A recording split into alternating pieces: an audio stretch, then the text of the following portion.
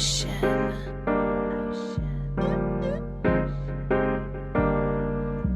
feel like a locomotive, sipping, drinking Arizona. Mixtape just around the corner, did a lot in California. Can't wait to drop this on you. Yeah, they gon' have fun with that. Smash like Songam, and my songs gon' break through like a running back. Hello and welcome back to the podcast that is always up to speed with Formula One. It is Thursday, September 1st, 2022. My goodness, where did the time go? Mark Daly here, back in the studio with Mr. Mark Hamilton. And might I add, before we get into it, the reports of my firing from this podcast were greatly exaggerated. I was on holiday for a couple of weeks. And Hammy, you did not take a breath or take a break at all over the past couple of weeks. I mean, you did an amazing job keeping the podcast running and all that great content, but it's great to be back. It's exciting, or at least I hope it will be. So how are you doing? I'm doing amazing. Welcome back to the show. And you know what's funny? Thank you. Somebody had listened to the very end of the last podcast that I did with Tim, I acknowledged to the world that I was not aware of your vacation, nor was I aware of how long your vacation was going to be. And it's one of those things where if you tell me something important, my boss tells me something important, or my wife tells me something important, I just don't have the ability to process. So I didn't even realize you were going. And then I also had your return date wrong. So to everyone that stepped up to support in the meantime, Charbel, thanks for jumping on. Hamda, thanks for the interview. Matt Sakaris, thanks for the interview and the podcast. Adam Burns, thanks for jumping on. And Tim, thanks for jumping on. You all saved me because I effectively had nothing planned for your absence. But my friend, how was your time away? It was great. I spent the last 2 weeks in Ottawa, Ontario, which is also the capital city of Canada. That's where our parliament is. That's where the Senate is. Great city. And we did so much. We were visiting family. We went down to Montreal for the day. Some of you might have seen that picture that the selfie that I took with my son in front of the Wall of Champions. We went over to Ile Notre Dame.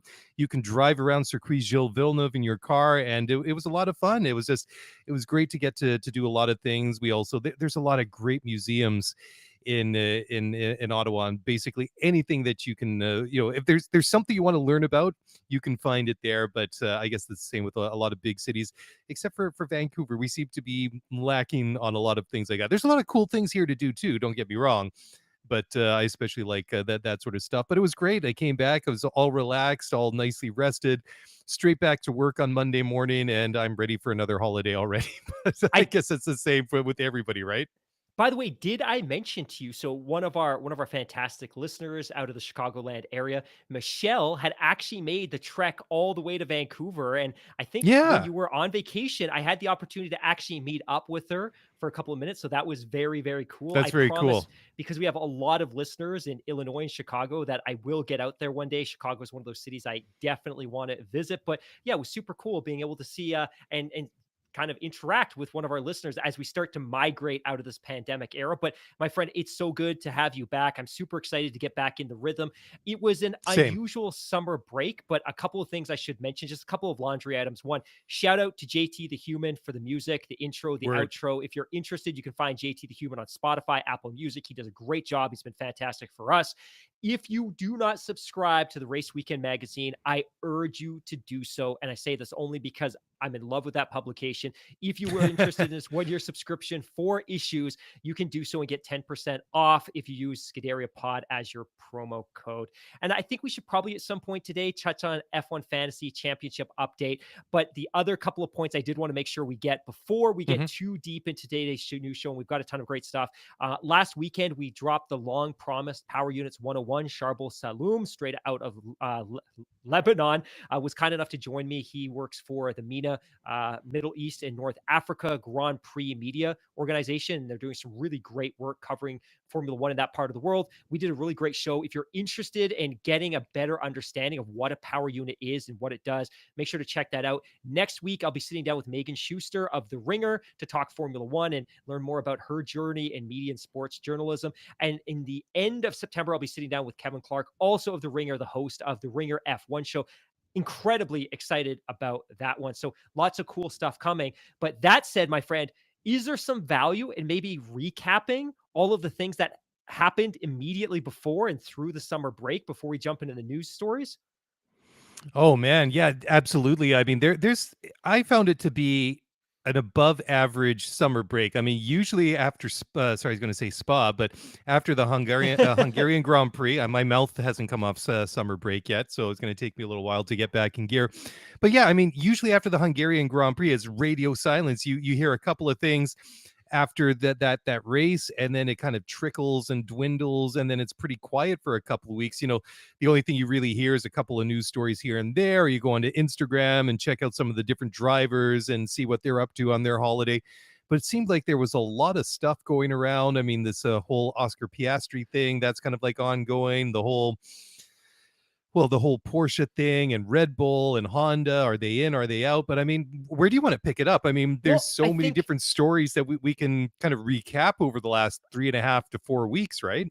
I think a little bit of context to kind of pick up a lot of the news stories today is the first half of the season kind of ended with a big bang, right? Not Hmm. necessarily with what was happening on the track, but off the track. And the first domino that fell was, of course, Sebastian Vettel retiring, and then Fernando Yes. Alonso's shock move to Aston Martin.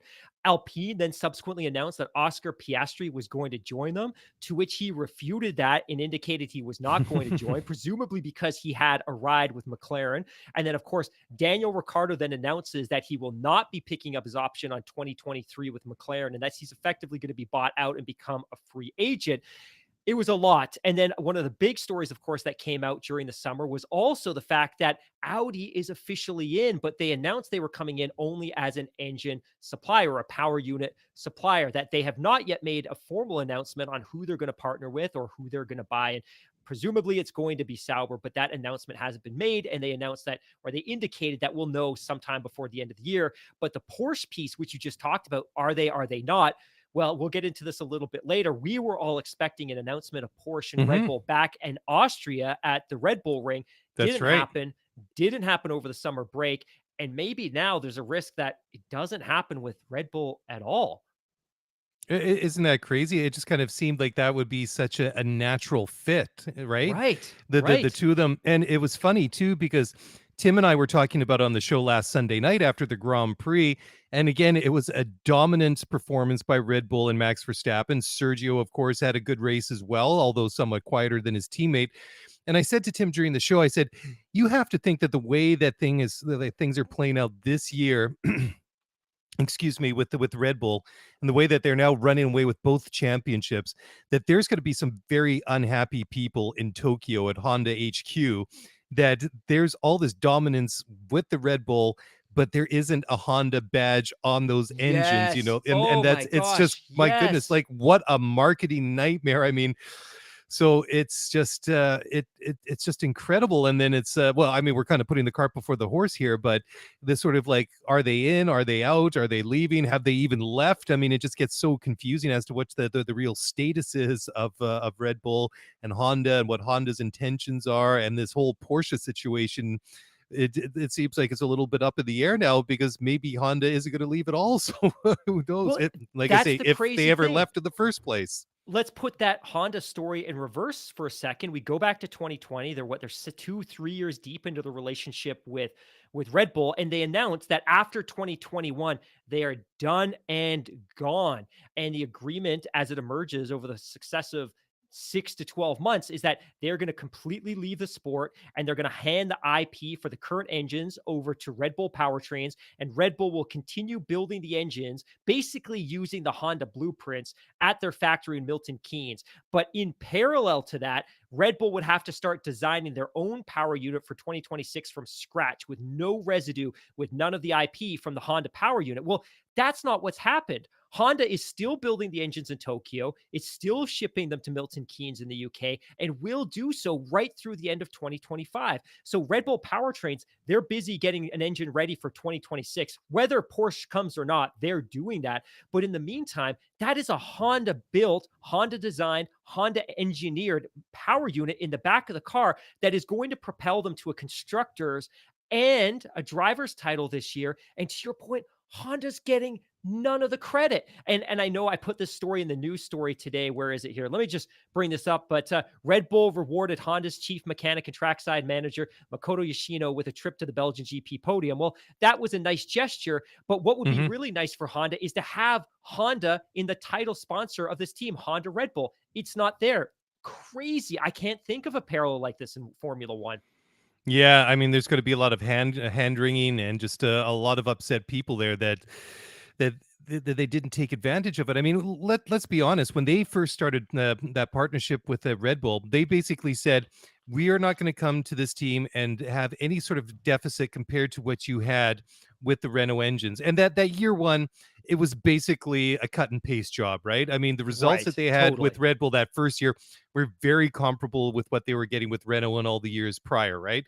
So it was a good, solid way to build it up, and then they slowly kind of built up from there. And last year, it was obvious that that package of Red Bull and Honda was extremely competitive. And now this year, they've even leveled up on that. And exactly to your point, there is not a single Honda badge on there.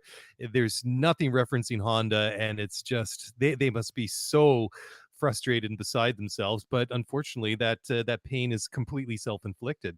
Yeah, completely agree. I couldn't agree more with that. And had they left the sport after 2021, I guess maybe the feelings wouldn't be so strong. But the fact that they opted into supplying for 3 more years without getting their name onto that car, and I've read in a couple places that we could see more dominant HRC Honda Racing Corporation or Honda badging on the car Hmm. next year. But if Porsche does link up with Red Bull, if that announcement does come, how satisfied is Porsche, who will be a partial or part or half owner of the Red Bull Formula One team? How Right. satisfied or happy are they going to be that Honda is going to have their badging? Because they are an automotive rival. And I get it, Porsche isn't building $30,000 family sedans and minivans, but ultimately, I don't think Porsche is going to love Honda badging on a car that they are responsible for putting on the track every week. So Yep. yeah, it's one of those crazy things about Formula One. And we've talked about this before, that the outgoing board of Honda are the ones that ultimately voted on this exit from Formula One, and the Yep. new board,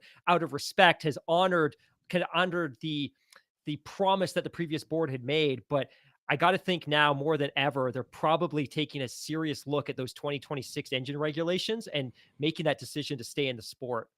Oh, here we go. I've got some audio here from the most recent board meeting in Tokyo that happened after the last race, and this was the common consensus. Yeah, there you go. Anyways, Simpsons jokes aside, okay, another big story, at least I think it's a big story, is the fact that Danny Ricciardo is splitting ways with McLaren at the end of the season. I don't think that this is any big surprise by any stretch of the imagination.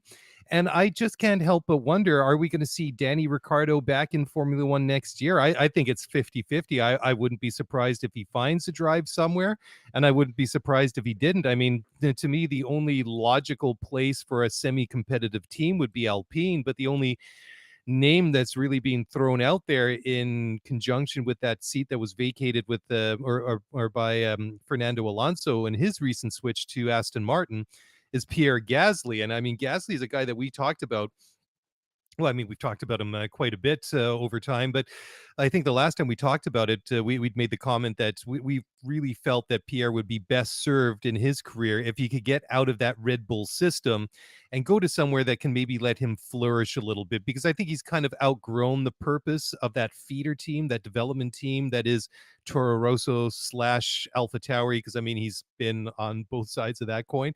And I just don't see any benefit for him long term. I mean, obviously he won a race there. He's had some good times in that car, but I mean, he wasn't able to step it up. I think that opportunity to go to Red Bull just came a little bit too soon in his career. I mean, had it come a year or two later, it might have been a completely different story, but that move was forced on him about as much as it was on Red Bull themselves. And that kind of, sort of, kind of links nicely back to Danny Ricciardo. But it's just interesting. I mean, I don't really see anywhere else for him. I mean, I guess maybe a team like Haas, but The other name that's being thrown out there, and I'm kind of getting ahead of ourselves here, is that maybe Mick Schumacher, who's going to be severing ties with the Ferrari Academy at the end of the season, making him a free agent effectively in the Formula One driver market, is not being touted to go back to Haas next year. But Antonio Giovinazzi, who was at Alfa Romeo the past couple of years,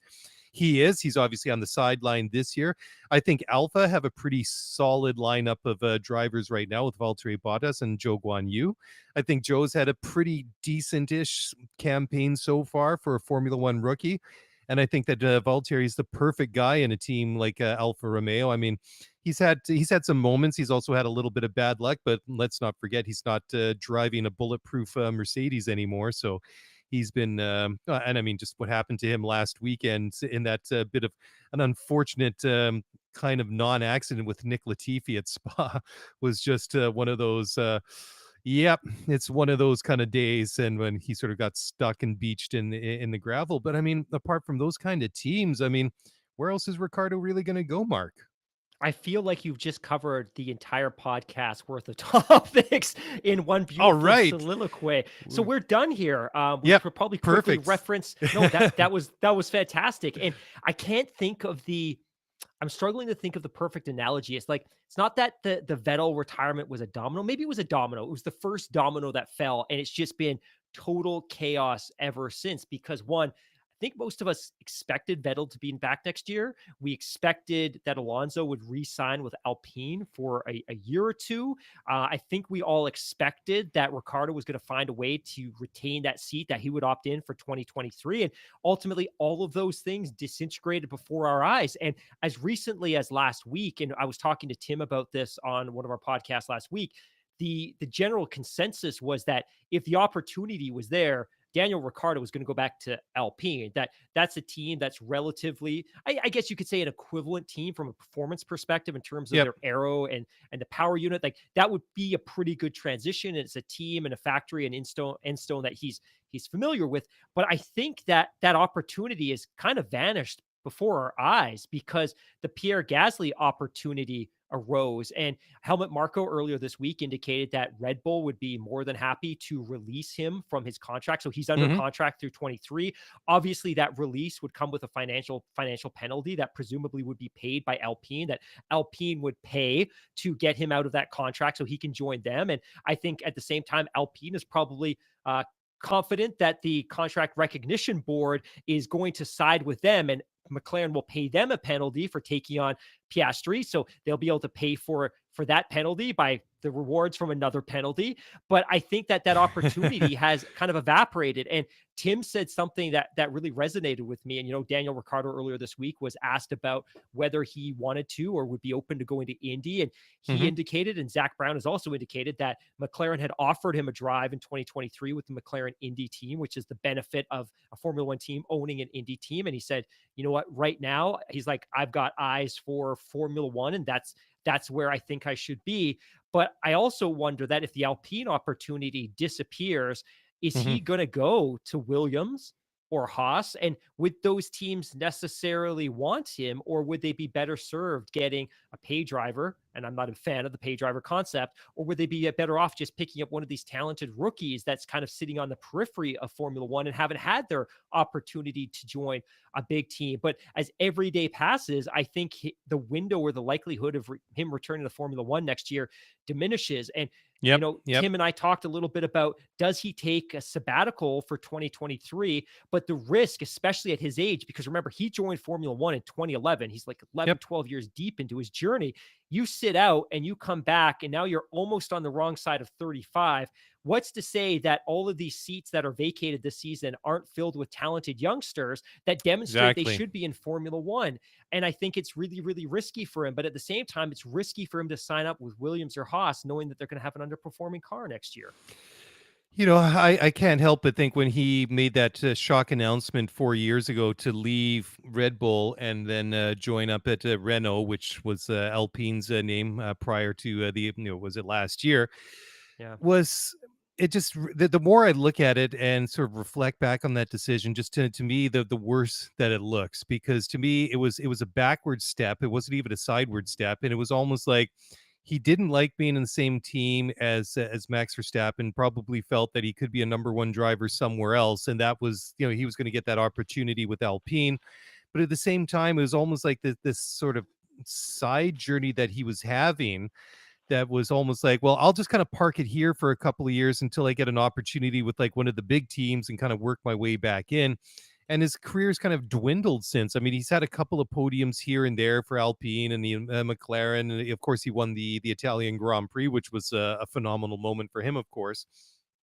But the thing was, I mean, had he stayed with Red Bull, the opportunities to win races still would have been there. Last year maybe they won that constructors championship, because I'm not going to take anything away from Checo, especially this year. Checo's been such a good driver for them, but I mean, it took him at least 2/3 of a season in 2021 to really get comfortable with that Red Bull. And Ricardo, I think, really could have contributed to Red Bull a lot more in 2019, 2020, 2021, but he had other things and obviously didn't want to play second fiddle to Max Verstappen, and just probably didn't like the idea that whole team was going to be built around him. So yeah, I mean, I guess this story may still have a little bit of legs to it, and then I guess we can really kind of pass judgment when his career in Formula One finally comes to an end. But I kind of feel that I don't want to use the word burn bridges, but I mean, I do all the time when it comes to Fernando, because he literally has burned bridges with every team that he's ever been with. But I think that Ricardo has kind of almost painted himself into a corner of almost irrelevance. It's just like, it hasn't worked for him. He kind of made, he had the excuse for a while that the Alpine wasn't a great car, or the first year he was getting used to a new car, a new team. The second year wasn't such a great car.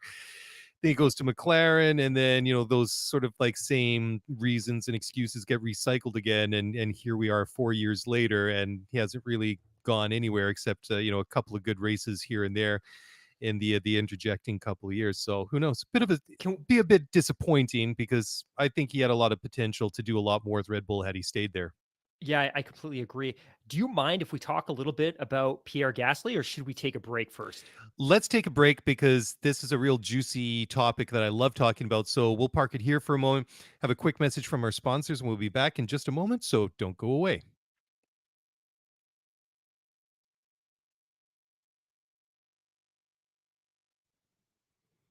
All right, welcome back. You are, in fact, listening to the podcast that is always up to speed with Formula One, with the marks, Mr. Daly, Mr. Hamilton.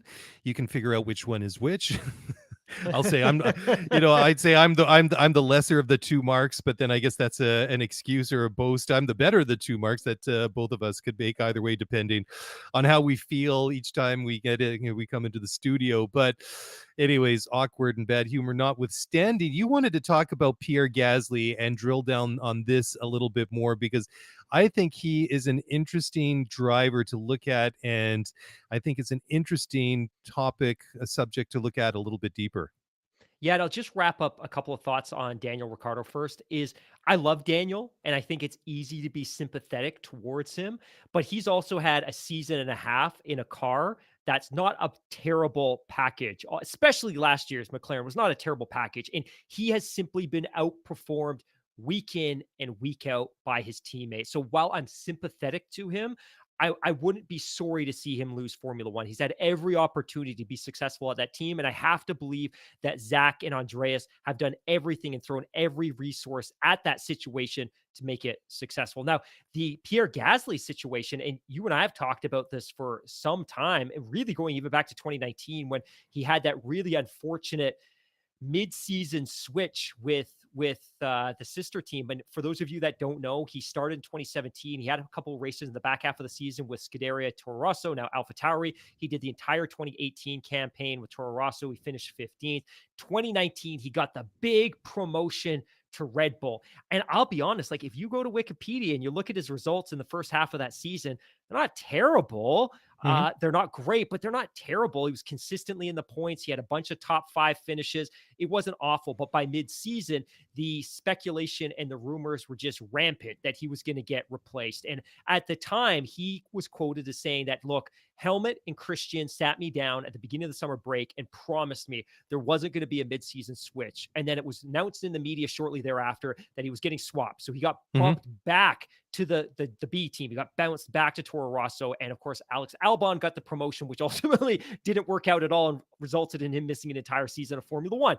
But for the past 3 seasons, 2020, 21, and 22, he's been with AlphaTauri. Back in 2020, had a really strong performance. He finished 10th, had that win in Monza. Last year, he finished 9th, actually improved on his results, was consistently in the points and had another podium. This year, the results haven't been great. It could be the car, it could be the package, it could be a lot of things, but he's demonstrated some real consistency with that AlphaTauri car over the last 3 years. But the reality is, all of us know he's never going to get that call back to Red Bull. Sergio's locked in for a couple of years. Max isn't going anywhere. And there's no reason to think that even if Sergio exited that situation, that Pierre's going to get that call up. So he's now locked into a situation with a team that's never going to be able to contend for a title because they're always going to be handicapped by the fact that they function as a B team. So when the Alpine situation became somewhat available, or became very available after the Oscar Piastri fiasco or catastrophe, it became a compelling conversation because, one, he's a French driver, and Alpine Renault is a proudly French team, even though they're based in Enstone in the UK, but most Formula One teams are because that's where the supply chains are. It just became a sexy, compelling story, especially when you could potentially partner him with another French driver who has also won a race in the last couple of years in Esteban Ocon. So it's this really cool situation where the sole French team, the sole French power supplier, French power unit supplier could have 2 French drivers. And it could be a really great break for Pierre Gasly because, like I said, he's never going to be contending for wins consistently with that team. Alpine seems to be in a really great place this year with that car. It's very quick. It's aerodynamically very efficient. Like, this could be a really good move for him. I think the question is, one, what is the buyout going to be? And I think if it's something manageable, $5 to $10 million, I think Alpine would bite at that. And I think Marco would be happy to send him on his way. And then the question becomes, who replaces him next year? I think the bigger question is, Esteban and Pierre don't necessarily get along. There isn't a great relationship there. So that's something that the stewards at Alpine and Otmar would have to work at, because the last thing you want is friction between your 2 drivers in the garage next year. Well, I mean, the answer to that one is simple. That's another lock-in at the factory for a pizza and movie night on a Friday. What Or Formula something One like. team are you running? Yeah, well, the one that obviously wherever he gets along and everybody's good buddies, of I course. love But it. I love it. I love it.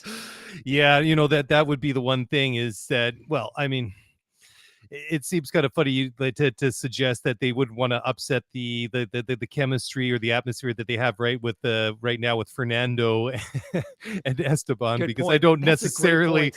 think that anywhere that Fernando goes necessarily has the greatest atmosphere, considering his track record in the past. And we talked about it a couple of weeks ago when we did that really cool book club event with Right. Bird, and we talked about that 2008 season and the tension between Fernando and Lewis and just all the drama that went on at McLaren there. But I would have to hope that if this does happen and they get Pierre and they get Esteban in the same team, that these would be issues that could be overcome. It's like, look, I you hope guys are so. both pros. We're here. This is the project we're trying to work towards. It's a unique situation, like you so correctly pointed out. This is a French car manufacturer with a French power unit, 2 French drivers. Not that they've necessarily gone and tried to do that, but that's kind of the way that the cards have fallen. So, I mean, maybe that's something you try to play to. I mean, it's not the most important focus in the world, but it's something, should they be able to pull it off and have some success, obviously that would be very noteworthy, especially in France, of course. But I just can't help but think that Pierre is a little bit stifled where he is at I agree. I think that's a great way of putting it. yeah, it's just like he needs to be able to get out and flourish and see what he can do outside of that system, because when he got promoted to Red Bull, it was like it almost got off to the very worst possible start because they go to Barcelona in February for the winter testing. And they have a limited number of parts, limited amount of testing, and then he puts it into the tire wall. He destroys whatever, and then so it kind of limits the track time that Max has with the different parts and stuff that he was going to try on the car. So it doesn't really ruin their testing session, but it kind of sets them back a little ways. It's just more that he ends up with a lot of egg on his face, and it wasn't a really auspicious start to that Red Bull campaign. And like you say, it's funny because if you look at his record when he was there, it really wasn't that bad. And not Esteban, but Alex Albon really didn't outshine him by that much more when he took that seat. And like you say, that he didn't stick there long term either. And then you just had like that rotating door that you had for that second seat at Red Bull. Look at them now that they've got Checo Perez in there. He's been there for a season and a half. He's been comfortable in that car for about a year now, and look how well he's done once he got settled in. And I think that's what they were looking for all that time after Ricardo left at the end of 2018. It's just that they decided to go for youth and kind of promote internally, which makes sense because that's what the whole AlphaTauri / Toro Rosso team was for, is this development feeder team. It just I think that they kind of promoted some of these guys almost because of necessity and just the way that the situation was at the time, and that was before they were ready, and to the detriment of both Pierre Gasly, also to Alex Albon, who then you also rightly pointed out lost a season of F1 last year sitting on the sidelines, and then made the bold move himself to get out of that Red Bull system. And I think he's in a good place with the Williams. Obviously, they're not a championship contender, but I mean, he had a pretty darn good race in Belgium last weekend. And so it's kind of interesting to see how these guys do once they get out of it. And let's not forget about Danny Kvyat. I mean, he got promoted and demoted and kicked off of the team. And then just due to the fact that they didn't have enough drivers within their own system from which they built this team, Toro Rosso or AlphaTauri, whatever you want to call them, they didn't have enough drivers in their own system with super license points, and then they had to go kind of almost go crawling back to Danny Kvyat, who at this point was a simulator driver for a test driver for Ferrari, to give him some time back in the car. And then Yuki comes along, and then it's sayonara Danny Kvyat. And then, but I mean, the point is, it's been a little bit of a mess, and the whole development program hasn't really quite worked out the way that they wanted. And part of it's, like I say, is situational, but I think also part of it is just bad internal planning on their own behalf. I would be negligent if I didn't at this moment also mention that it is an absolute abomination that in 2022 you can have a B team and own a B team on the grid in a world where and I don't want to go too deep into this because I bring it up all the time, but there are 10 Formula One teams in the world. Every one of them should be required to spend to the cap and do everything in their power to win a world championship. You cannot have one of the teams on the grid that functions as nothing more than a development mechanism or development platform for another team. So hopefully, and I don't know that this is an FIA thing, but Liberty needs to crack down on that. I was going to say, let's put it into terms that most people can understand. Having Toro Rosso for Red Bull is like having the Blue Jays AAA affiliate also playing in Major League Baseball. It's just like, you know what? Somebody's a conditioning stint. Let's go send him out to the AL West because, we've got a team we play 30 times a year. When you put it in that kind of context, it almost sounds ludicrous. Well, I think the perfect analogy would be the San Francisco Giants buy the Oakland Athletics and make them their farm team. You literally compete against precisely. Them. They compete against everyone else, and everyone knows, well, this team is specifically engineered to not win championships. They're only to feed another team. But of course, in baseball, you have 30 teams, so it would be kind of less impactful. But in Formula One, you have 10 teams. It's so frustrating, man. It's funny, but when we put it in that sort of context, it's almost comical. It sounds so ridiculous. I could always kind of feel like I'm going to burst out laughing here.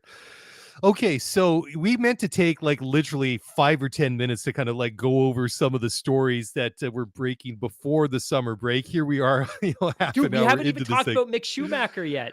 I know. Well, we kind of hinted at it. So, what I'm going to Okay. do is we were going to talk about fantasy. We were going to talk about like a championship update. Okay, we'll do the championship update really, really quick. Max Verstappen's going to win the championship for the driver's side. Red Bull's going to win the constructor side. They're miles ahead in both of them. That's all you need to know. Let's talk about Mick Schumacher because we talked about it before the break. He's severing ties with the Ferrari at the end of the year. He's going to effectively be a Formula One free agent when it comes to the drivers market. Is there still room for him in Formula One? Well, that's a great question. I mean, again, like you said, that there are opportunities for teams to get some of like these young, talented drivers and put them into these teams. Like when you maybe weigh it up against a driver like Danny Ricciardo, who's won a handful of Grand Prix. He's been in the sport for over a decade. He's, a proven driver, but again, there's, an asterisk there because as we talked about at length in the previous segment, he's struggled quite a bit to find his form over the past 3.5 years.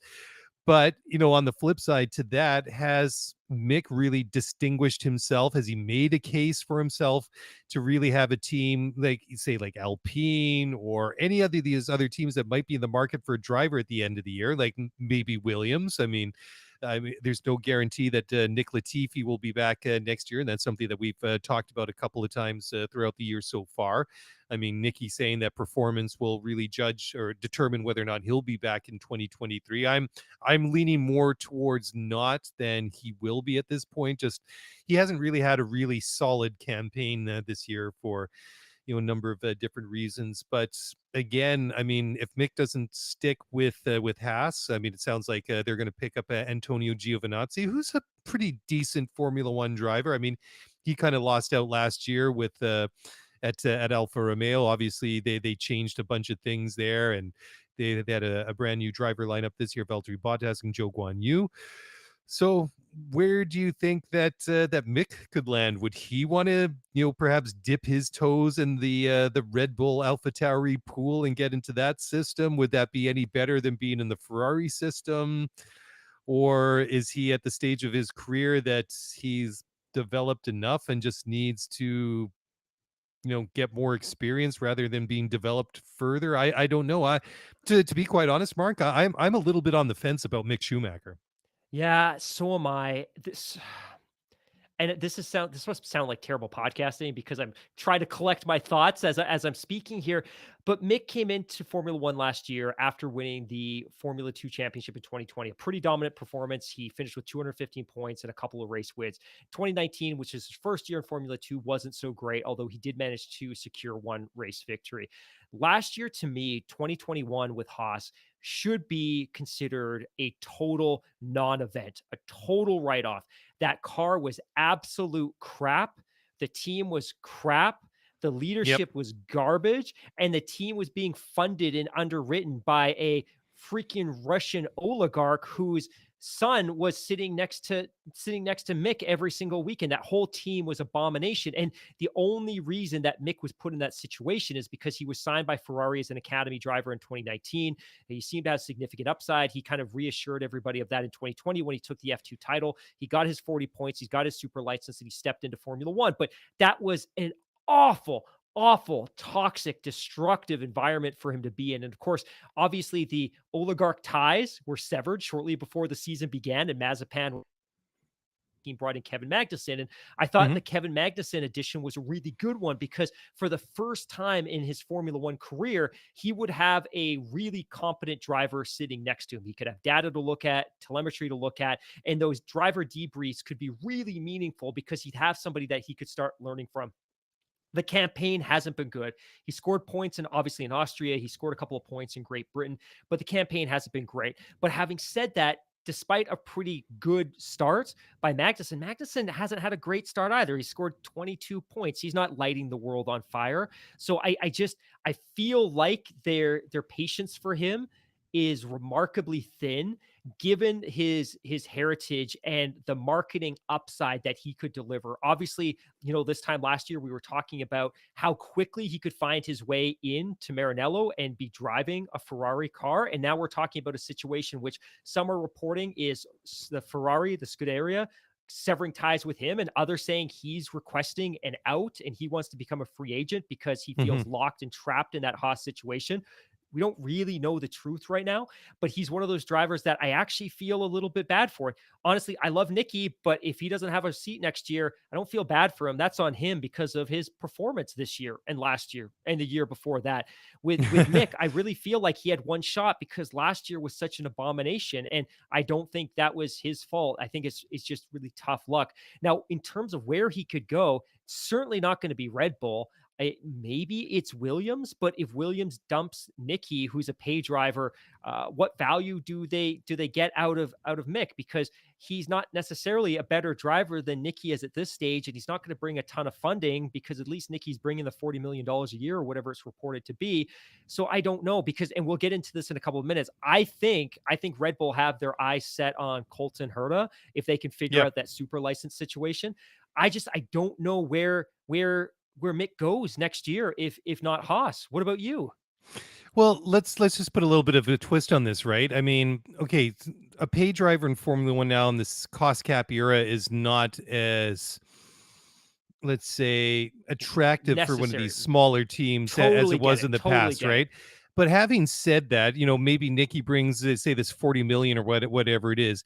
Do you not think that if you're somebody like a big corporation or a wealthy sponsor and you're German, you want to see a German driver succeeding in Formula One, especially one with the name Schumacher, would you not be at least wanting to consider that? I should think that if you were Mick Schumacher and you wanted to stay in Formula One and the one team you were looking at was saying, well, we're thinking about this and that, it would really help. It's not be the end of the world or necessarily a deal breaker. But if you could bring something to sweeten the pot a little bit, that certainly wouldn't hurt your case when it comes down to decision-making time. And I would have to think that there's going to be 40 or $50 million floating around in sponsorship money in Germany for a young driver with the name of Schumacher, especially the one who is the son of 7-time world champion Michael Schumacher. So I'm just going to put that out there for consideration. I mean, like I say, I don't know that really makes a big difference in this day and age, but I mean, it still might to a certain degree for some of the smaller teams. But I certainly think when it comes to Red Bull, this Colton Herta story is interesting because, I mean, he's a name that's kind of been linked to Formula One for about 6 months now. I mean, every time you talk about the fact that there are no American drivers in Formula One, and it would be great to see an American driver in Formula One, just due to the fact the way that the sport's really like exploding here and how it's becoming more popular all each and every year. It's just kind of funny how, like, out of all the IndyCar drivers, his is the name that's kind of like percolated to the top. It's just like, well, if it's going to be any American drivers, it's going to be Colton. So it's kind of funny the way that that's kind of gone. And I mean, he's kind of sort of roundabout been linked to a couple of different teams and everything like that. But I think that the link now to potentially the Red Bull organization is especially interesting because that wasn't necessarily one of my first picks to see where he might actually end up going. But I don't know, Mark, if that's something that that you have a little bit of, like, added thoughts on.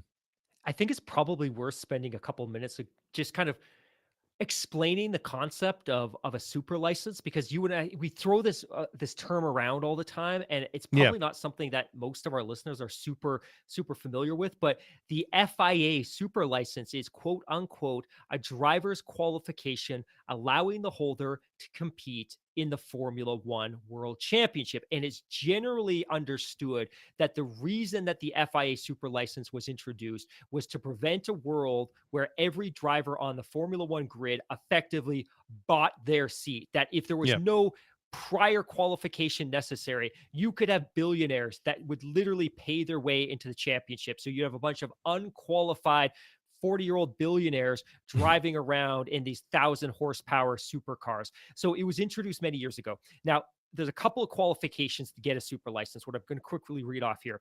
And I'm going to quote: to qualify for an FIA racing super license, an applicant must meet the requirements of the FIA's International Sporting Code, which states the following: a minimum age of 18 at the start of their first F1 competition, Obviously, that's not something that's always been applied in the past or wasn't relevant as part of these requirements. An existing holder of an international grade A competition license, a holder of a valid driver's license, so a state issued driver's license, passing an FIA theory test on the knowledge of F1 sporting codes and regulations when applying for the first time, completed at least 80% of each of 2 full seasons of any of the single season championships reported in supplement 1 of the regulations. And this is the key, because this is where it gets problematic for Colton Herta, has accumulated at least 40 points over the previous 3 seasons in any combination of the championships reported in supplement 1 of the regulations. Now, those championships can and do include Formula 2, Indy, Formula 3, Formula E, and a host of other championships. Now, the challenge is the points awarded within these championships are not equal. So listen to this. In Formula 2, if you finished first, second, or third in a single championship, you earn 40 super license points, which means you automatically qualify for Formula 1. Automatically qualify for Formula 1. Now, in Indy, if you win an Indy championship, you secure 40 points. So if you win an Indy championship, you can go straight to Formula 1. However, if you finish second, you only get 30 points. And if you finish third, you only get 20 points. Whereas in F Formula 2, you automatically qualify because you secure your 40 points. So the challenge here for Colton Herta is in 2020, he finished third. And again, this is a rolling. So you have to secure those 40 points in any successive 3-year period. So if you look at 2020, he finished third in the championship at Indy. So he scores, what is it? Let's take a look here, 20 points. The next year, he finished fifth. So he finishes fifth. He scores 12 points. So that's a total of 32 points. So he's only 8 points away from a super license. The problem is this year he's 10th in the championship and there's only 3 races left. It's virtually mathematically impossible for him to score enough super license points. So this is now where all the conversations are coming about. Well, the FIA isn't interpreting the results of IndyCar appropriately, that they should be equivalent to at least Formula 2, that those first 3 place finishers should get 40 points. So now there's this rallying cry in the world of motorsports to reevaluate the way that they assign points to IndyCar championship finishes, because probably for the first time really since the early 90s, late 90s, we're really talking a lot about cross-pollination between Indy and Formula 1. And this hasn't been an issue before, but it certainly is now. So Colta might be a target of Red Bull, but he's not going to score enough super license points to get his way in. Yeah, isn't that interesting? And it's funny just the way that series has really rebounded in the last several years, because I think before that, it would be legit to say, yeah, well, sure, they should get some points, but are they really equivalent to F2? Yeah, probably not. But now I think that's obviously a legit conversation to be had, that maybe there is something worth looking at to say, okay, well, these are his results in IndyCar over the past 2-3 seasons, but you're not weighting that series nearly highly enough. And so that's affecting him and any of these other drivers that potentially want to move to Formula 1. And I get it. I'm not just saying, I'm not going to get up here because, I'm some sort of Colton Herta fanboy. I'm just saying that, the criteria should be an equal playing field for everyone. And the thing is, like we talked about with Mazepin, right? You shouldn't just be able to get into Formula 1 because you kind of meet the minimum standard, and you come with like literally a dump truck full of like gold bullion that's going to, basically keep a team running. You need to deserve that spot, and the bar is set justifiably high. But having said that, it should be, the judging or the points in it should be weighted fairly. So for those that do have a legitimate opportunity to get into Formula 1, aren't necessarily held back or handicapped just because one series maybe isn't given the, I don't want to say respect, that's not the correct word, but they're just not weighted equally or considered on equal terms as other series in other parts of the world. Hey, let's take another quick break, Mark, and we come back. Still plenty of great things to talk about, and we'll figure that out. We'll have a quick chat here in the break, and we'll figure that out, and we'll come back in just a moment. So don't go away. We'll be back literally in the blink of an eye.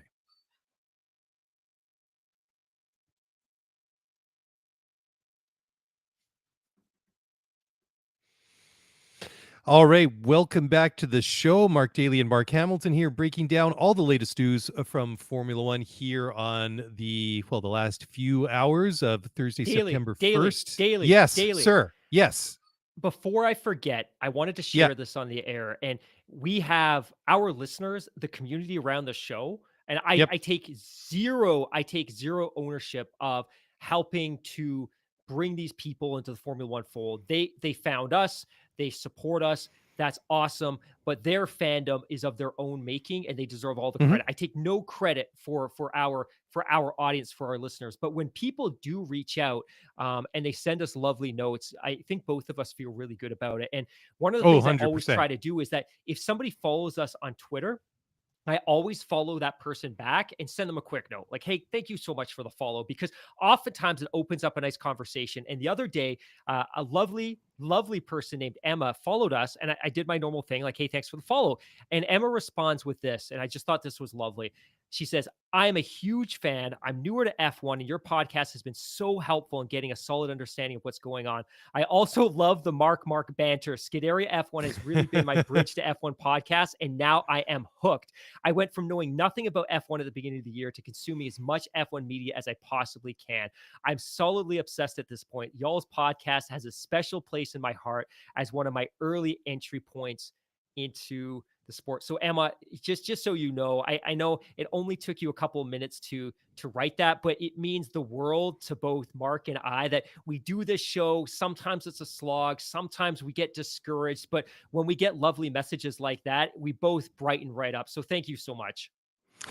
You should have warned me, dude. I think I'm about to have a bit of a moment here. So, if I start tearing up, then you'll know why. But no, joking aside, that is awesome. Thank you so much for the support, Emma, and thank you for the note, and thanks to all of you who listen and interact with us all the time, regardless if this is your first episode or if you've been with us for the long haul. It's just fun to sit down with y'all each and every week and talk about Formula One. Okay, let's talk now a little about Nick Latifi. I hinted at it before the break. Nicky saying that performance this year will decide his drive at Williams for next year. Like I said, I mean, I don't think that Mick Schumacher is ready to move up the Formula One ladder, but I could certainly see him doing kind of like a George Russell type apprenticeship at Williams. I think Williams is probably a bit of a better place than Haas has been. I mean, I know that they're at the bottom end of the table, but I think just organizationally they're just a little bit more stable. And again, I mean, if it does come down to sponsorship, pardon me, bucks, that somebody somewhere would be willing to sponsor the son of Michael Schumacher. At least, I mean, because he's still, to me, I think if he can stick in Formula One, I would think that it would be, he's still a bit of a diamond in the rough. For like you said, like last year was a throwaway year in 2021. He had none of the supports around him that he really needed to succeed and really make the most of that opportunity. This year's a little bit different. The team's a little bit more stable. He's got a good teammate in Kevin Magnussen. He's got 12 points under his belt so far. So, I mean, he's in a much better position now than he was a year ago. And then, I mean, if you just compare him to Nicky, sort of like, head to head, one of the benefits that he does have is the fact that, he's a little bit younger. The thing is, what's Nicky now? Is he already 27 or getting close Yeah. to it? I mean, Yeah.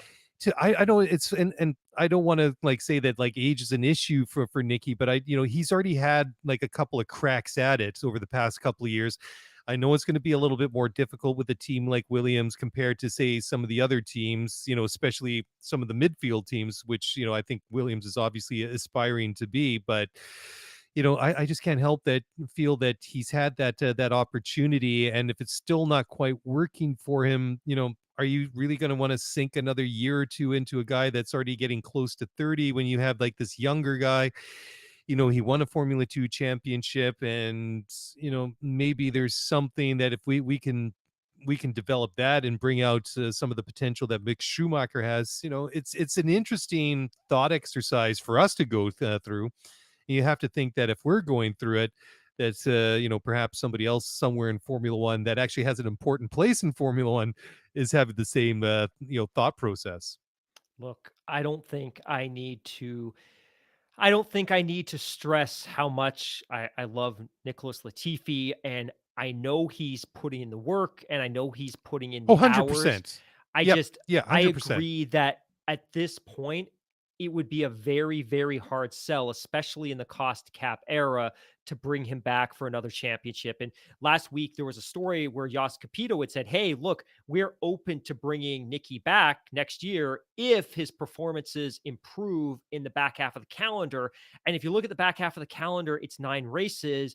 And in the first lap of the first race after the summer break, he goes off the track and he makes contact with Valtteri Bottas, and it's just one of those facepalm moments where it's Yep. just not going to get any better. And I wish and I hope that there's a flurry of points finishes in the back half of the season and there's reason to bring him back.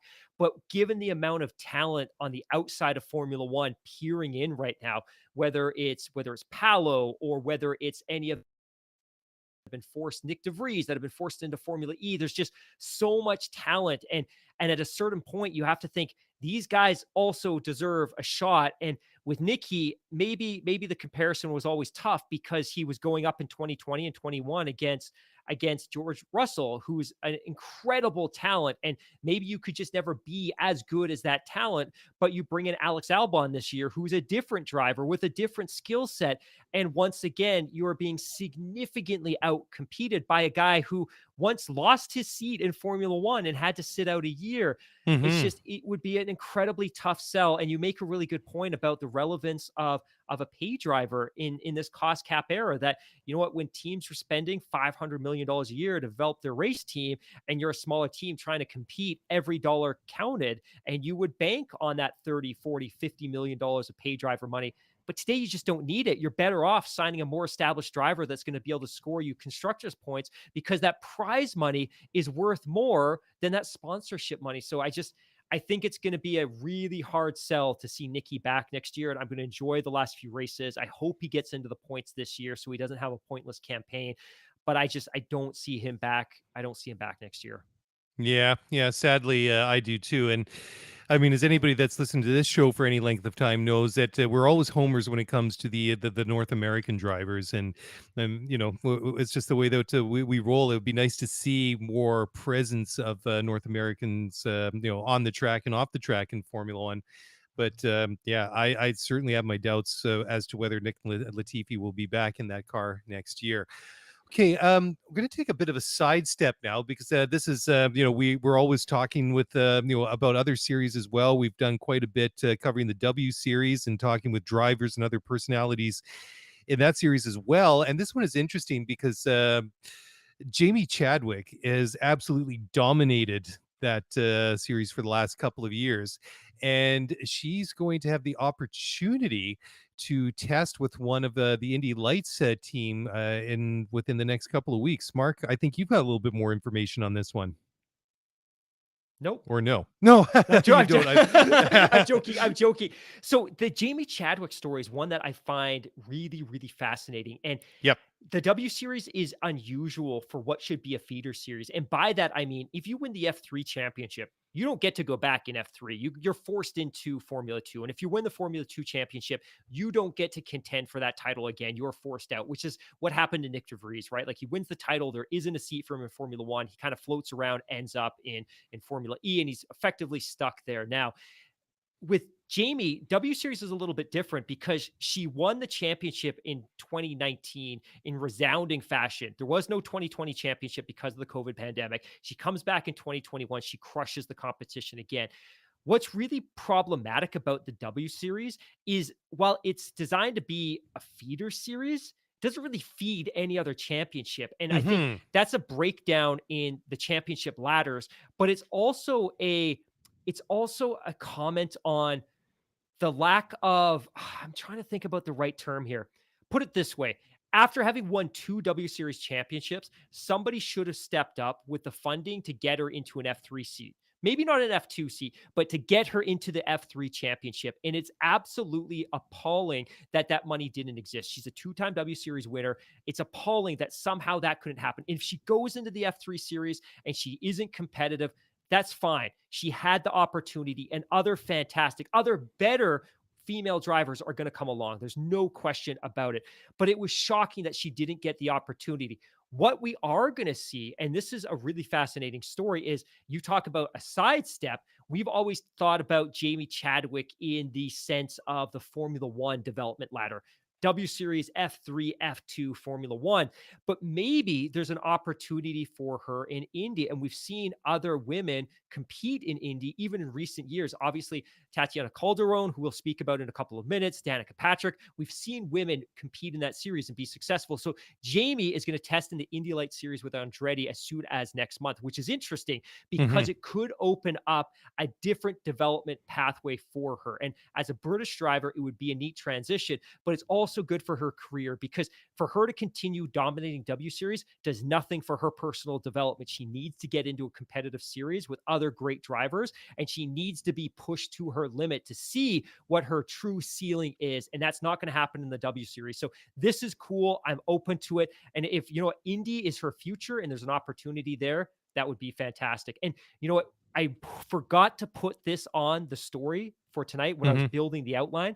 But Tatiana Calderon, who of course was kind enough to join us during the summer, we had a great conversation shortly after she actually lost her Indy seat. She has been given, or she has found her way into a Formula 2 seat. So she will be competing in Formula 2 as soon as, oh my gosh, almost in the immediate future. So it's fantastic. She went from losing her Indy seat, which was being underfunded by Rocket. She's back in Formula 2, which of course is the feeder series into Formula 1, which is ultimately her ultimate goal. So very, very, very cool that Tatiana is going to have a second shot at Formula 2 as well. Yeah, absolutely. I just wanted to add another point or build on a point that you were making about Jamie Chadwick. As much as it doesn't serve her to keep racing in the W Series, if she keeps running away with it, ultimately it doesn't, in the long term, it doesn't really help the W Series either.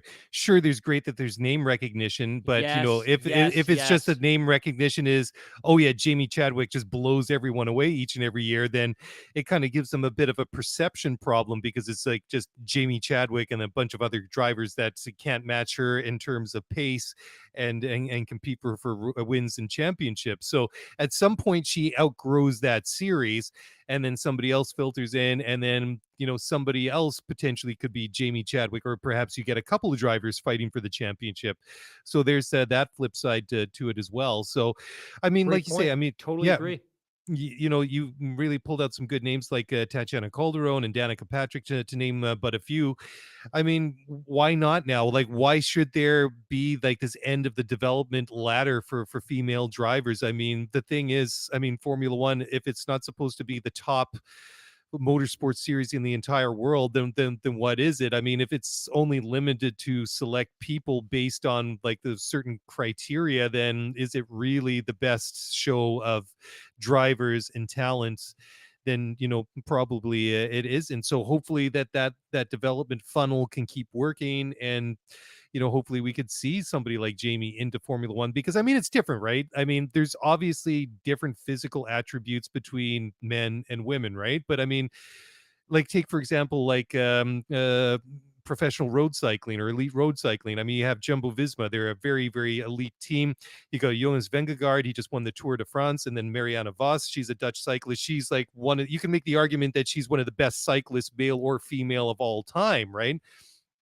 But if you put them on the same roads, and like the Tour de France Femme, it only goes for 8 days compared to 21 stages for the men. I mean, over that same time frame, I mean, you would think that probably Jonas Vingegaard is probably going to come out on top. I mean, she will hang with him for a long time, but I mean, there's just some sort of I don't know how it would play out, but I think that when it comes to like motorsport, I think a lot of those differences are sort of taken away because you don't need, I mean, you need strength in different ways, but I mean, we've seen female drivers succeed in motorsports. So I just don't like the fact that that they're drivers, female drivers, could be prevented from going into it because, okay, sure, like the women's tour and the men's tour is different, but the thing is, I don't really care that one's for men, one's for women. They're all the best cyclists in each race, and I just want to see the best cyclists, or in this case, the best Formula One drivers.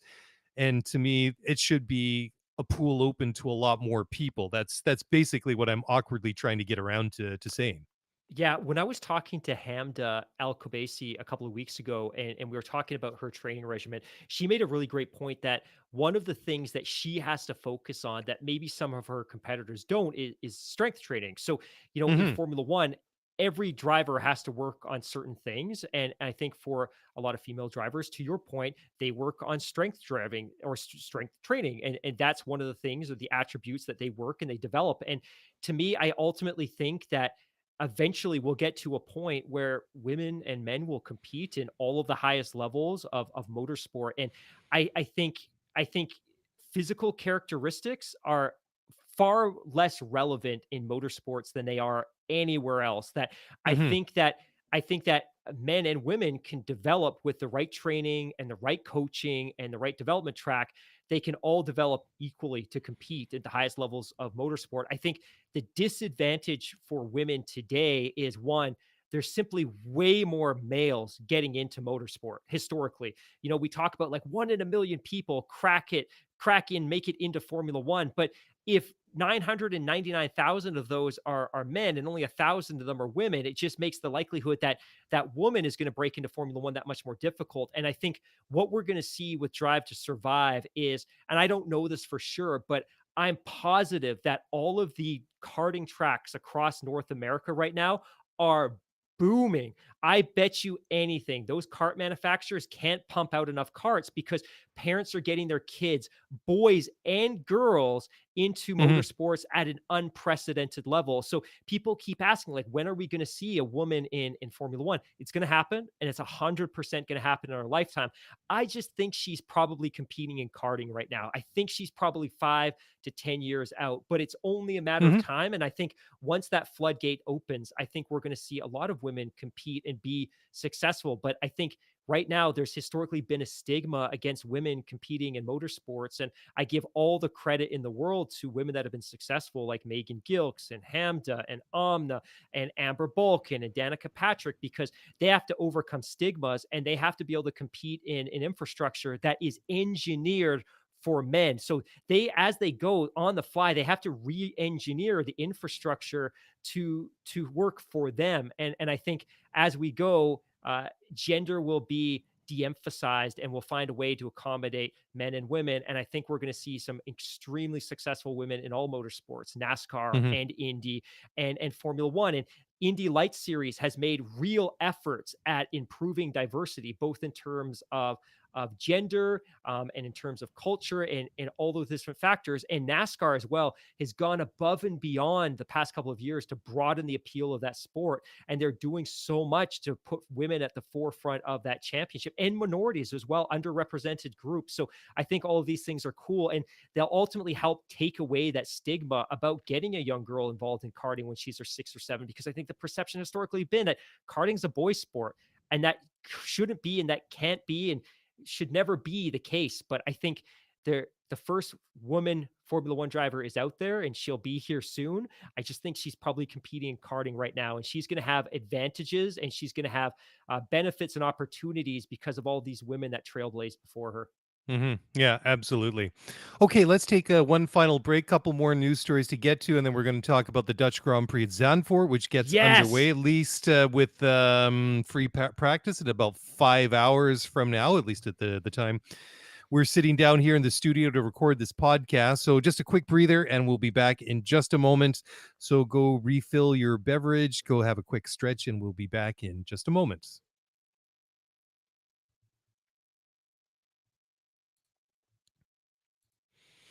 All right. Well, one more segment on this week's show. Mark Daly, Mark Hamilton here, talking about all the latest Formula One news and some other stuff. Whatever we deem show worthy or whatever just kind of comes out in one of our infamous tangents. Okay, speaking of which, Red Bull has signed a Max Verstappen endorsed sim driving star for an F1 role. And this is the world's fastest gamer, and that is his name is Randy van Buren. And he's joining Red Bull as a Formula One sim test and development driver. And he previously worked with the McLaren F1 team and Mahindra and Formula E. And Ari has a strong and good relationship with Max Verstappen. That's because they raced alongside each other, part of Team Redline, which which is a highly successful esports team. So Van Buren got his big break back in 2017, winning the inaugural running of the world's fastest gamer from a pool of, get this, over 30,000 contestants. That got him a place with McLaren for 2018 as one of its official sim drivers. And then shortly after that, he and Max Verstappen began competing against one another, and they won together in a prominent sim racing competition or two. So that's very, very cool. They finished together, or second in the GTE category in the 2019 iRacing Petit Le Mans.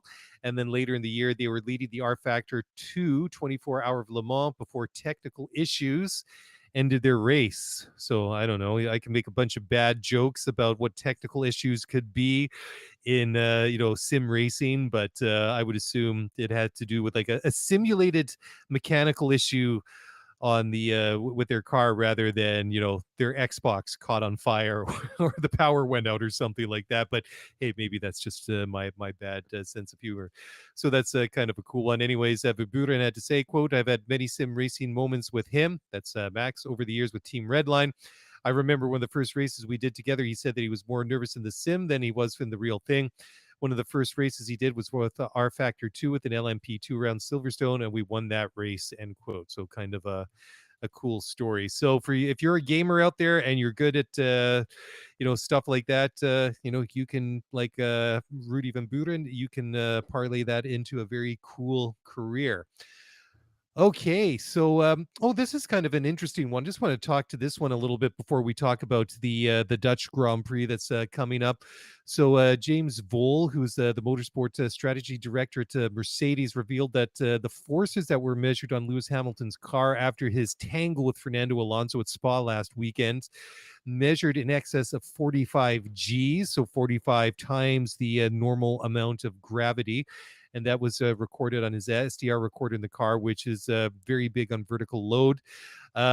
Anyways, Lewis, he didn't actually go to the medical check because I believe that impact triggered some sort of warning. He was supposed to go get checked out. He didn't. He got warned for that. But it was kind of interesting. I didn't really appreciate at the time that impact was as heavy and as violent as the equipment actually recorded it as. Hammy, what do you think?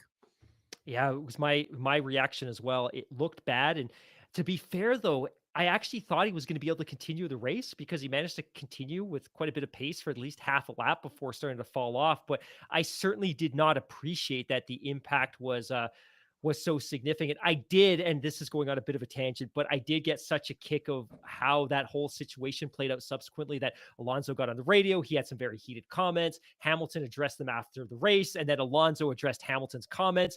And then there was a photo of a signed Lewis Hamilton cap floating around the internet with a piece of masking tape on it that had written on it for Alonso. And it was very cute that there was allegedly this gesture that Hamilton was going to give Alonso a signed hat as a gesture of goodwill after that contact and after coming together.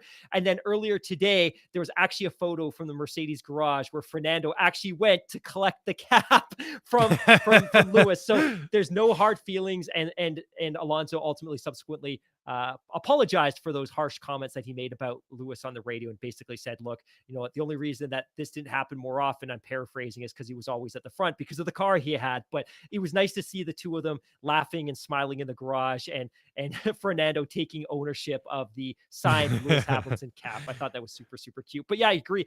I did not appreciate the significance of the impact when those two cars came together. Yeah.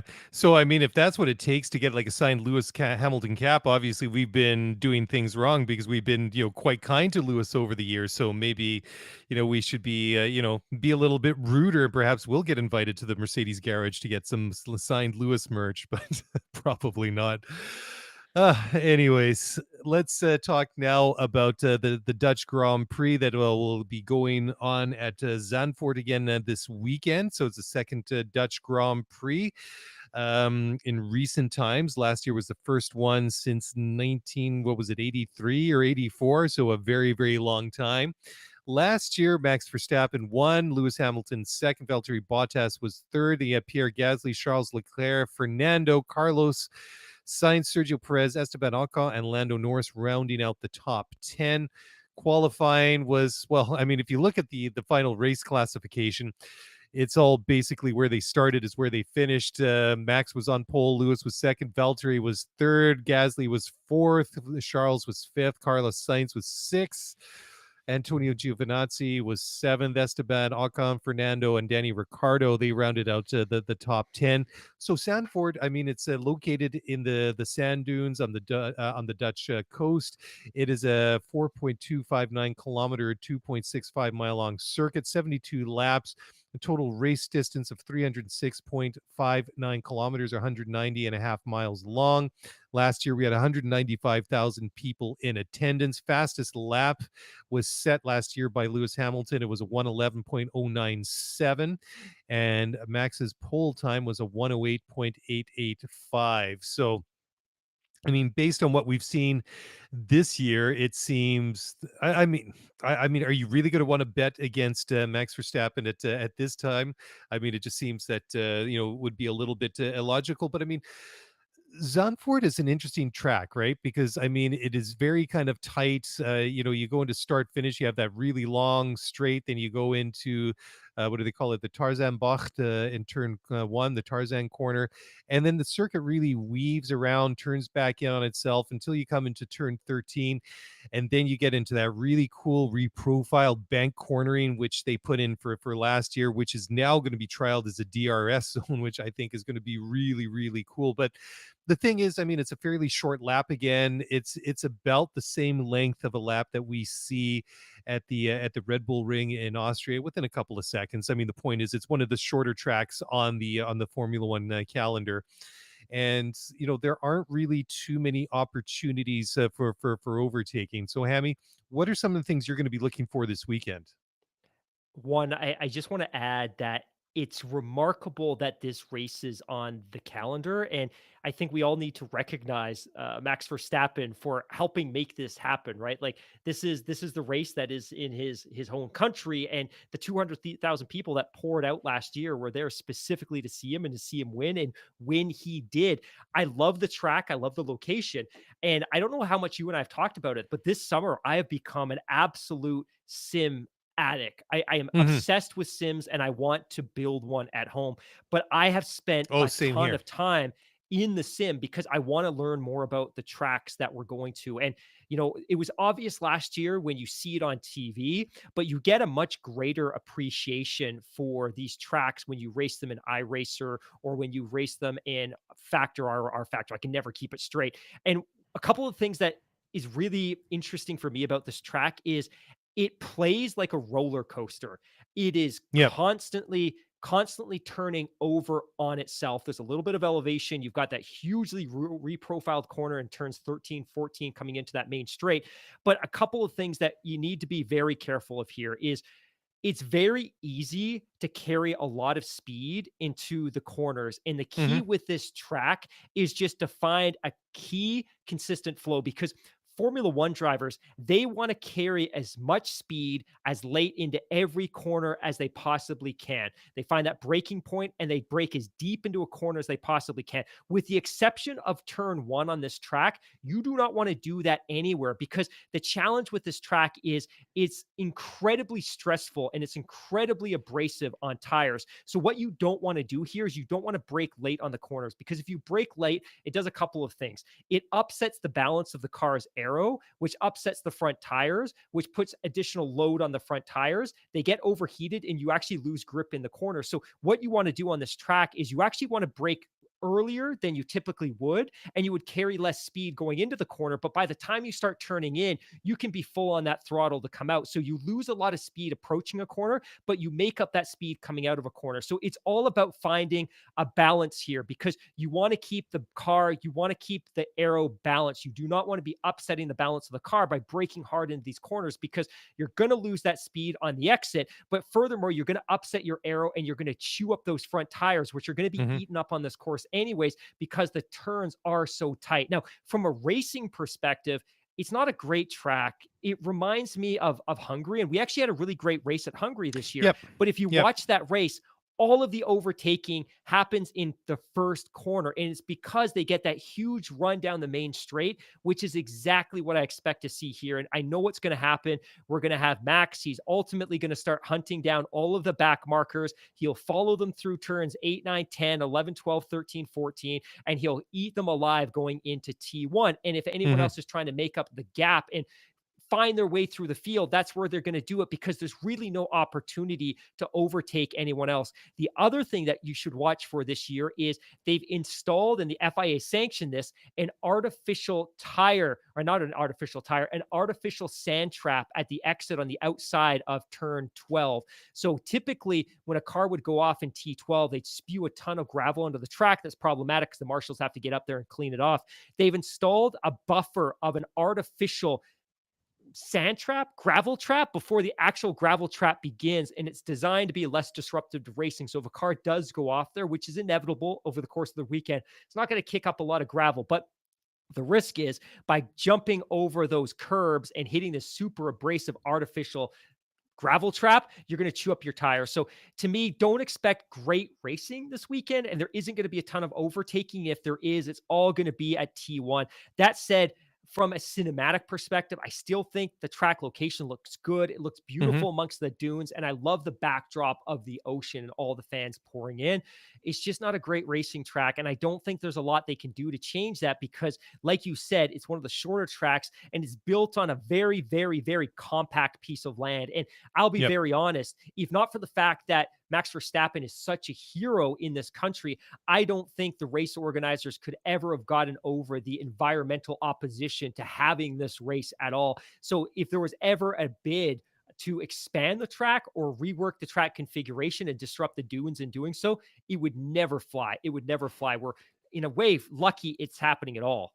Yeah, well, I mean, let's not forget it was delayed because of COVID as well. But I mean, you Right. completely nailed it. I mean, it's solely due to the fact that Max has been such a big player, like such a big name in Formula One over the past several years, that the motivation and moreover the political support to get this race to Holland. And I mean, the fact that this track needed to be upgraded to host a Formula One Grand Prix in the first place, and that's all to the fact that Max is such a big name. He's obviously reigning world champion, that this was just designed to be a celebration of and for Max Verstappen in front of his home fans.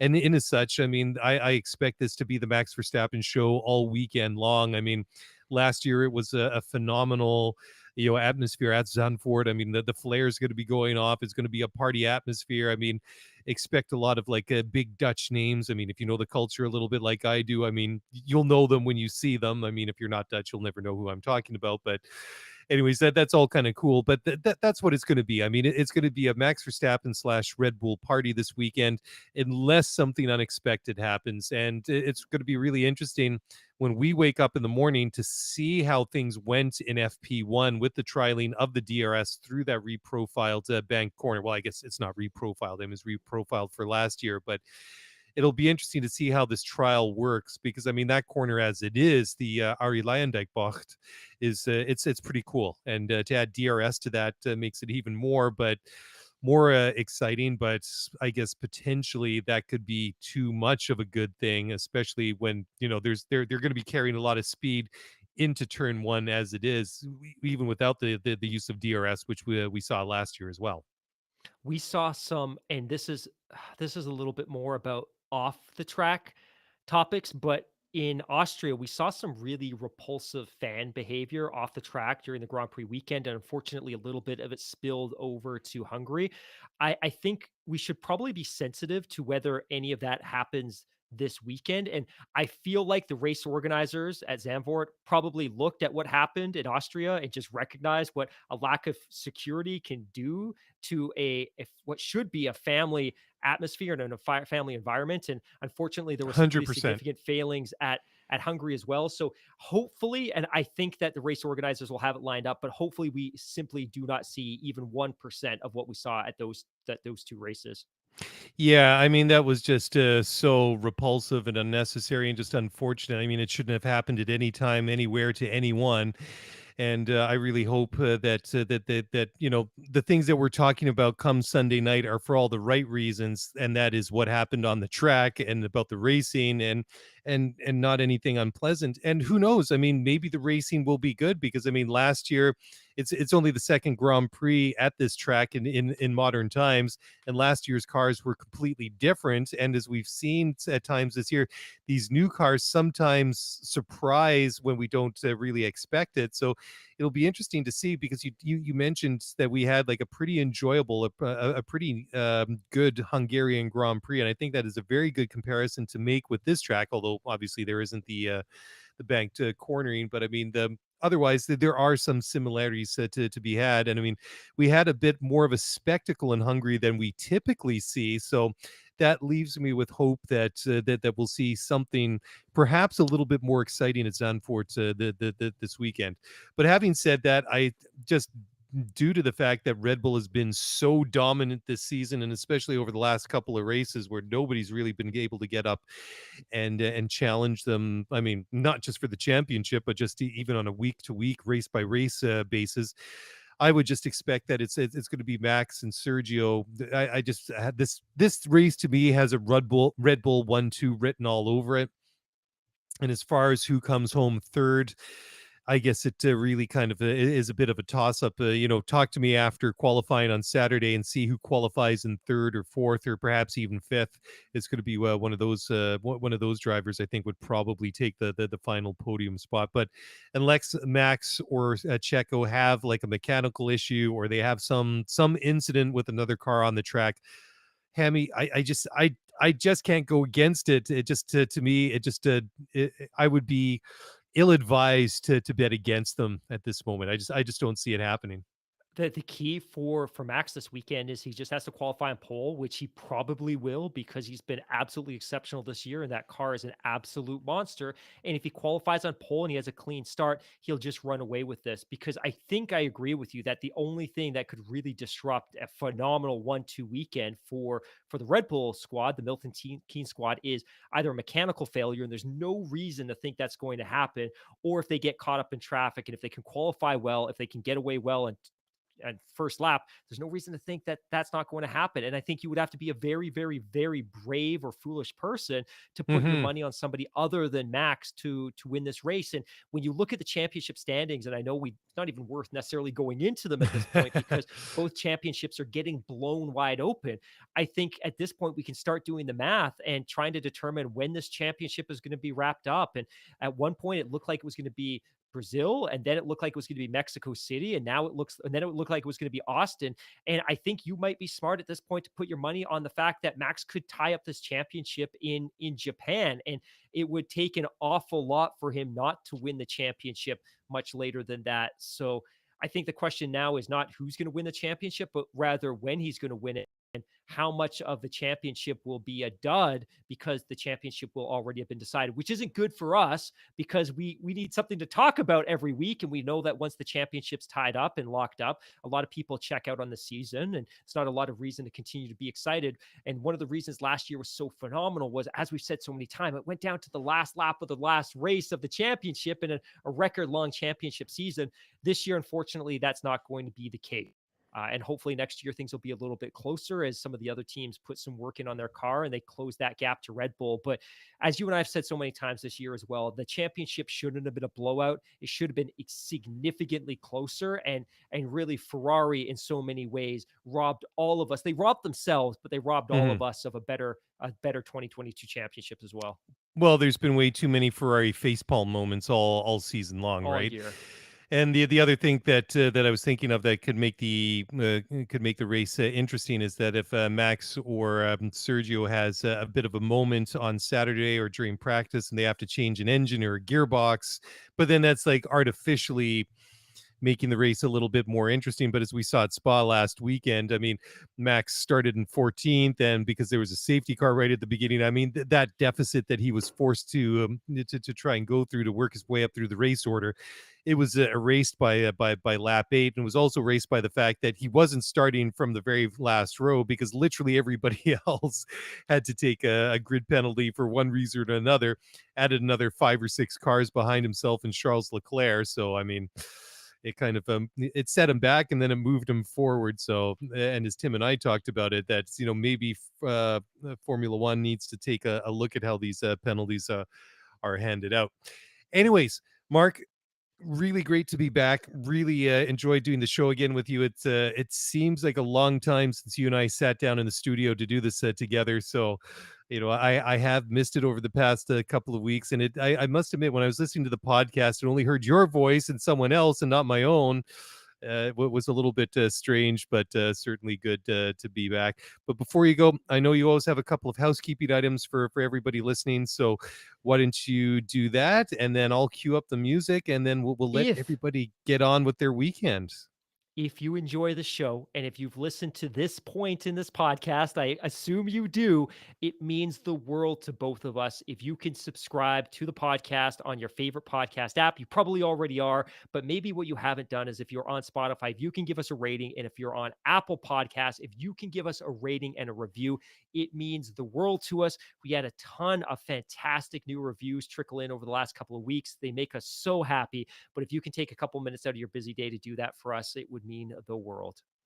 Absolutely. Did you have an update on the merch yet? Or I know, because we were looking into that, right? Yeah. So, like I said, I am very, very, very motivated to deliver a high quality product. And, I was talking to Micah, who's big into the fashion game as well. And I was kind of explaining to him that if I'm doing this, it's something that I would be proud to own and wear, and something I would be proud to ship. So we've been working with a number of different vendors, just trying to get the absolute best quality product. I think I found the vendor, and I think we're probably going to use a Champion branded apparel for the merch. So it'll be branded apparel. It won't be some generic off the shelf stuff. It'll be nice champion branded stuff. And we're working on doing a couple of colorways. One would be a dark navy blue to match our branding with white embroidered lettering, and the other would be a black apparel with gold embroidered lettering. So we're working on just getting some new merchandising or marketing assets. We're also about to launch a website. Maybe you want to speak about that as well. You shared the good news with me earlier today. Yeah, so I mean that's something that I haven't gotten around to for a while. I had it up and running for quite a few years, and then just because I didn't have the bandwidth to keep it going, I just kind of let it lapse. But yeah, so we will have a landing page, a homepage for the podcast, and a little bit easier way to interact with us, and just basically for a place for the community to gather and kind of keep up to with everything that we're doing. So that will be launching very soon. We just have to start putting it together, and that's going to be fun. Love doing those sorts of stuff. You've already like booked off about like 3 weeks of your holiday to take care of that, so that's going to be good. Can't wait for that to launch. Anyways, that is going to be a wrap for us. Thank you all very much for listening to the show this week. If you want to get in touch, throw or tweet away at ScooteryF1Pod. And if you want to send us an email, email us at scooteryf1pod@gmail.com. That's going to be phased out shortly for a little bit easier one to remember. But that's it until the website is live, until the race is over, and all that good stuff. Thanks for dropping by. Enjoy your weekend. Enjoy the race, and we'll talk to you again Sunday night.